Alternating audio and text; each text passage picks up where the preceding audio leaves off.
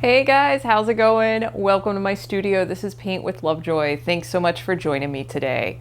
If you're new here, please hit the subscribe button. And if you've been here for a few videos, thank you so much for your support and checking out the videos and painting at home. So in today's painting, we're going to be focusing on Gustav Klimt and some of his iconic paintings. We're not going to be using the gold leaf that he used in his, but we'll be mixing our acrylic paint to kind of come close to that gold color that he was known for.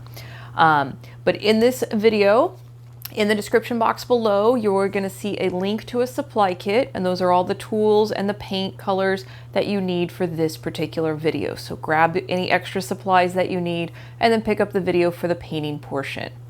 Another thing that you're going to see in the description box below is a link to a traceable. And a traceable is a way for my beginner painters to get their initial image on their canvas before they start painting. And it takes out some of that frustration of trying to draw, and you can focus more on painting.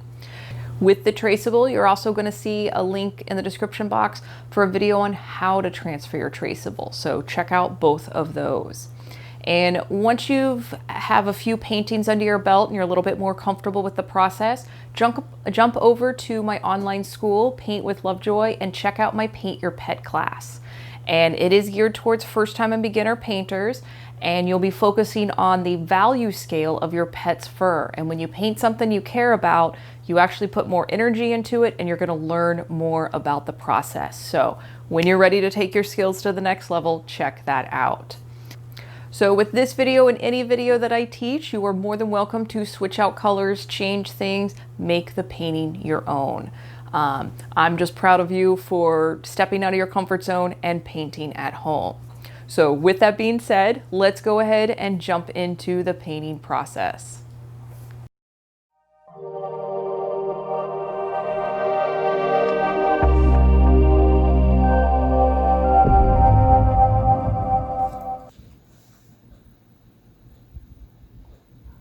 Alright guys, it's going to be another fun painting for my first time and beginner painters. So grab your supplies, make sure you take your progress photos, and once you have your traceable transferred to your surface, you're going to see on the screen that I have gone over mine with a black Sharpie marker.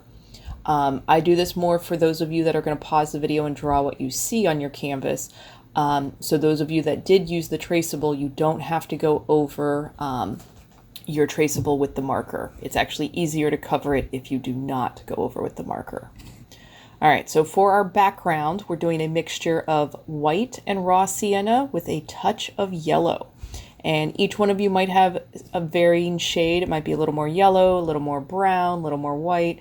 Kind of your call, which direction you want to go. And as you're applying it, try a few different brush strokes, but we're going to be filling in the whole background, and I will be going over the traceable lines. And by doing this, it makes it a little bit easier to put the tree colors on top of this and keep our brush strokes in the background kind of the same movement, so you're not trying to go around the tree. Now the bird that is sitting on the tree, I am going around that and leaving that white, so that way we can put paint on top of it. So if you're holding your breath right now, take a deep inhale and just relax. I'm really proud of you for painting at home. And as you've noticed, I've had to make the color 2 or 3 times. So if you have to do that as well, don't stress out about trying to get the exact same shade. If you have a little variety in your background, that is okay. And also, if you are using student grade paint, I do recommend that you apply it thicker. That way it'll be a little more opaque coverage and be a little bit easier to move on the canvas. So now we're going with our burnt sienna and raw sienna mixture, and we're going to put that ground in there, going right up next to that tree. And if any of you are painting on a stretched canvas, I do recommend that you carry both these background colors around the edges of your canvas. I'm painting on a panel, so it's flat, but if you're on a stretched canvas and it's got that edge and that lip, just carry that color around the side. And again, if you're using that student grade paint, I am trying to apply it thicker, so you can see that by holding my brush at a 45-degree angle, I'm able to apply my student grade paint a little bit thicker. You can also let it dry and apply a second coat. So feel free to adjust what you need to with the tools that you have on hand. All right, a good place to pause the video and take your progress photo. We're going to move into raw sienna, and I do recommend that you let the background dry just so this applies a little more thick on top of it. We're going to get the base of the tree colors in there, and then we'll start moving into the branches. And again, I'm using that medium flat brush. This is student grade paint, so it's transparent, so I am trying to apply it thicker by having that brush at that 45-degree angle. And if you need to, you can move down and use the pointy brush, or even a bigger brush if you're on a larger canvas, but adjust to what you need. Just use this video as a base, as a guideline. Now, if you're holding your breath, take a big inhale, just laugh at yourself a little bit, it's okay. We do tend to hold our breath when we're doing something new for the first time. And again, just kind of carrying the tree branches out, we'll move up towards the top. And this channel and this video is geared towards first-time and beginner painters. So I have simplified many of the paintings on here to make it approachable. So as you get more into painting, or if you're even feeling like you want to reference the original Klimt painting, I do recommend Googling it, and especially when we get into adding more of the spirals and the details on top of the tree, I highly recommend that you reference the original painting and change it up. Add more of what you see and what you observe when you look at the original. All right, so now we're going to move into the pointy brush and start adding a lot of the spirals that were very popular in this particular painting. And I did try to reference the original and kind of keep with the same direction, but like I mentioned earlier, feel free to pull up the picture of the original and copy what you see. Now, as we're making these spirals, and if this is your first time painting, I want you to remember to breathe. I want you to exhale as you touch the brush to the canvas. That will make it a little bit easier for you.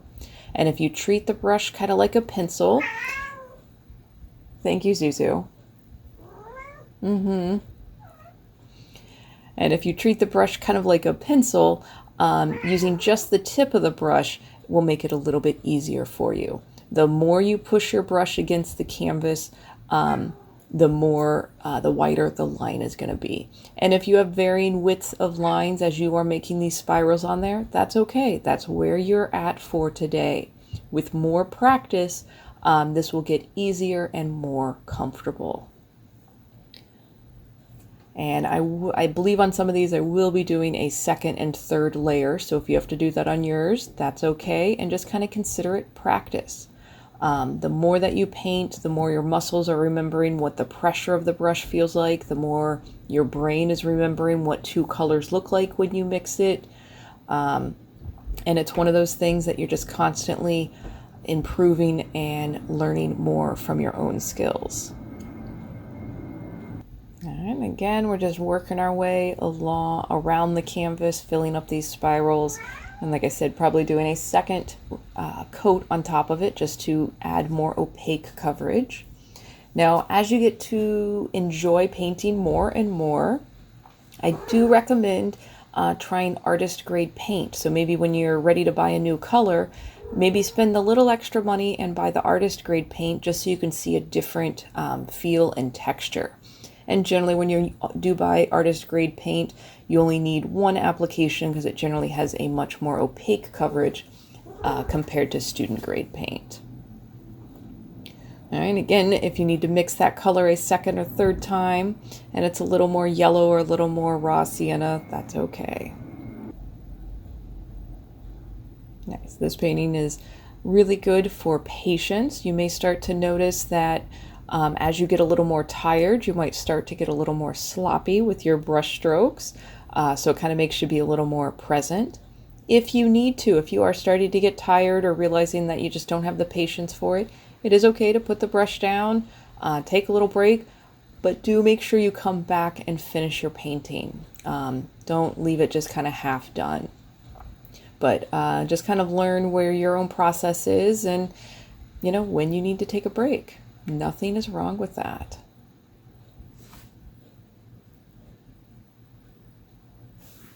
All right, this is taking shape nicely. And as I kind of suggest in a lot of my videos, you are more than welcome to switch up colors. I have seen this painting taught as a step-by-step painting by a variety of instructors. And I've seen people put a purple background, a teal background, orange, and instead of doing a brown tree, they'll do a black silhouette of a tree, but keep with this spiral design. So feel free to change up colors and just use this as a base guideline, but make it your own and make it so it matches your interior of your house, or maybe the interior of your friend's house, and you give it as a gift. So full permission to deviate from the path and just kind of have fun with this and make it your own. All right, so while I was doing all that, the first layer of paint did dry, so going over with a second layer of raw sienna on the tree. And again, you can see just how much more opaque that makes it by doing a second layer. So whatever type of paint you are using, adjust to what you need based on the materials that you are utilizing. If you want to go over those spirals as well, go right ahead and do that.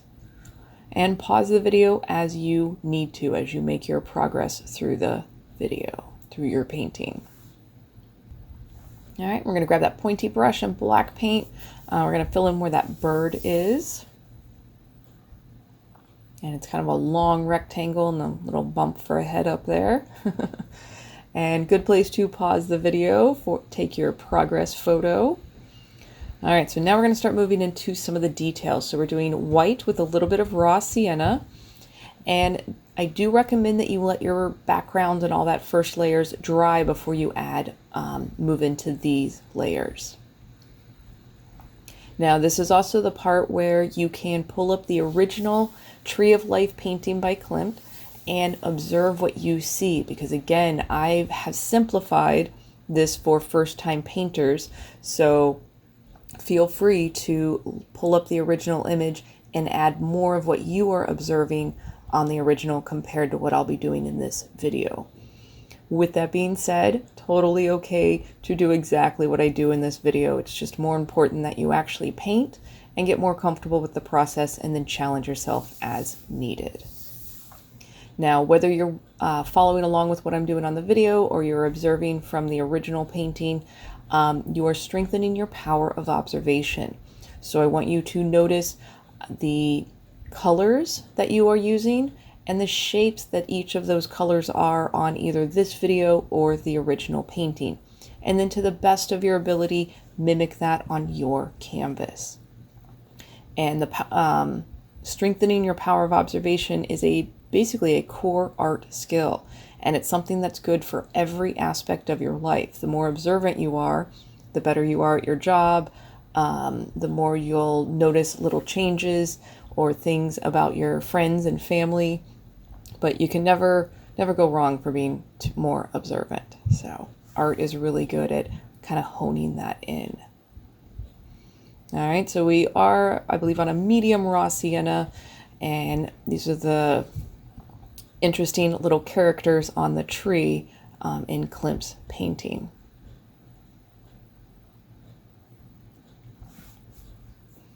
All right, so here we're using teal and yellow, but if you don't have teal, you can use yellow and green, basically getting to kind of a light spring green or a sagey, earthy green.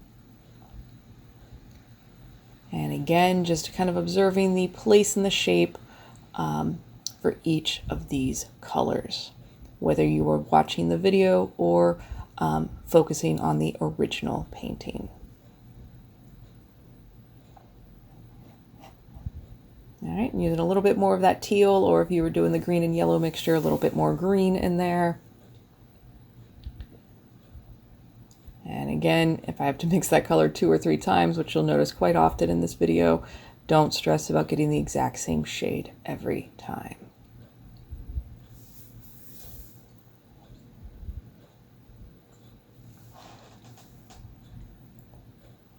All right, and as you're cleaning your brush in between each one, you do want to make sure you get all the paint out so you don't contaminate your next color, especially as we are going from multiple different colors on this painting. All right, so now we're using black and using just kind of the tip of it, doing some of these outlines. Again, observing what you see on here or referencing the original painting. And just do a Google search for Klimt's Tree of Life. Now, as you're making these tiny lines, just like with the spirals for the tree, kind of light pressure and treating your brush like a pencil will help keep this tiny line. If you're finding this super challenging, you can fully let your paint dry, and you can do that with a black Sharpie marker.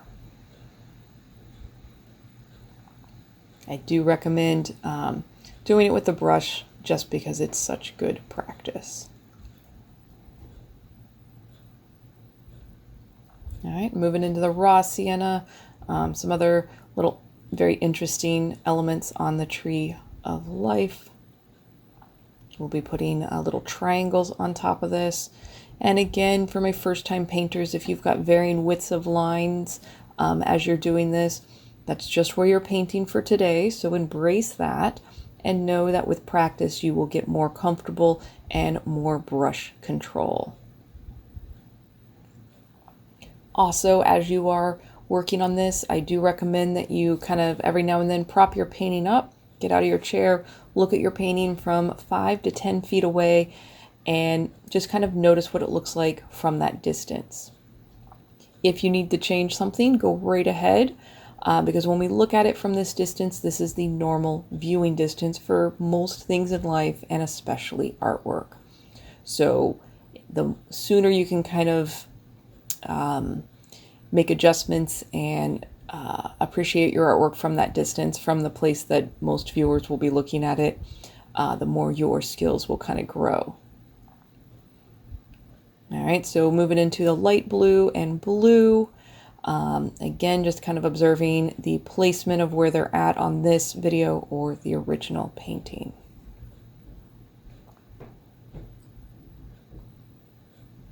All right, moving into white. And then a light pink. And as you're making these lighter colors, the light pink, the light blue, a little bit of pigment goes a long way. If you happen to make it darker than you want, I do recommend making a new pile on your plate and adding white to that, compared to adding a ton of white to your large mixture and trying to bring it backwards.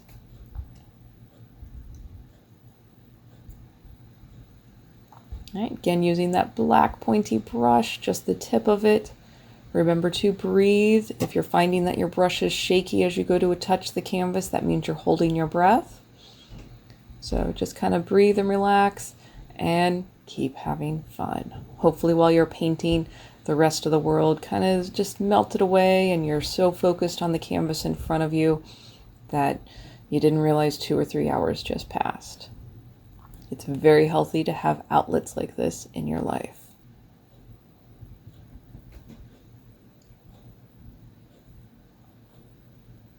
All right, doing great, guys. Again, even at this point, feel free to pull up that original image and add any extra details that you are compelled to add. So thanks so much for painting with me today. Really appreciate it. Don't wait too long to make your next painting. And until next time, cheers. Hey guys, I hope your paintings turned out really nice and I hope you enjoyed the process of painting. I'm really proud of you for painting at home, so great job. As you're uploading your pictures to social media, please tag me at paintwithlovejoy or hashtag paintwithlovejoy, or even email me your pictures, paintwithlovejoy@gmail.com. It's through your guys' pictures and feedback. I love seeing those in the morning, but when I post your pictures to social media, it actually encourages so many other people to give painting a try. So you guys are invaluable at spreading the word and getting more people to try painting. So share your works. Let me see your pictures. Let me post them on social media. But I want more and more people painting for the stress relieving benefits alone. So please spread the word. If you want me to paint something specific in the future, you have comments or questions, please leave a comment in the description box below, and I do my best to respond to all the comments and questions. So until next time, thank you so much for hanging out with me today. I look forward to painting with you in the future. Cheers.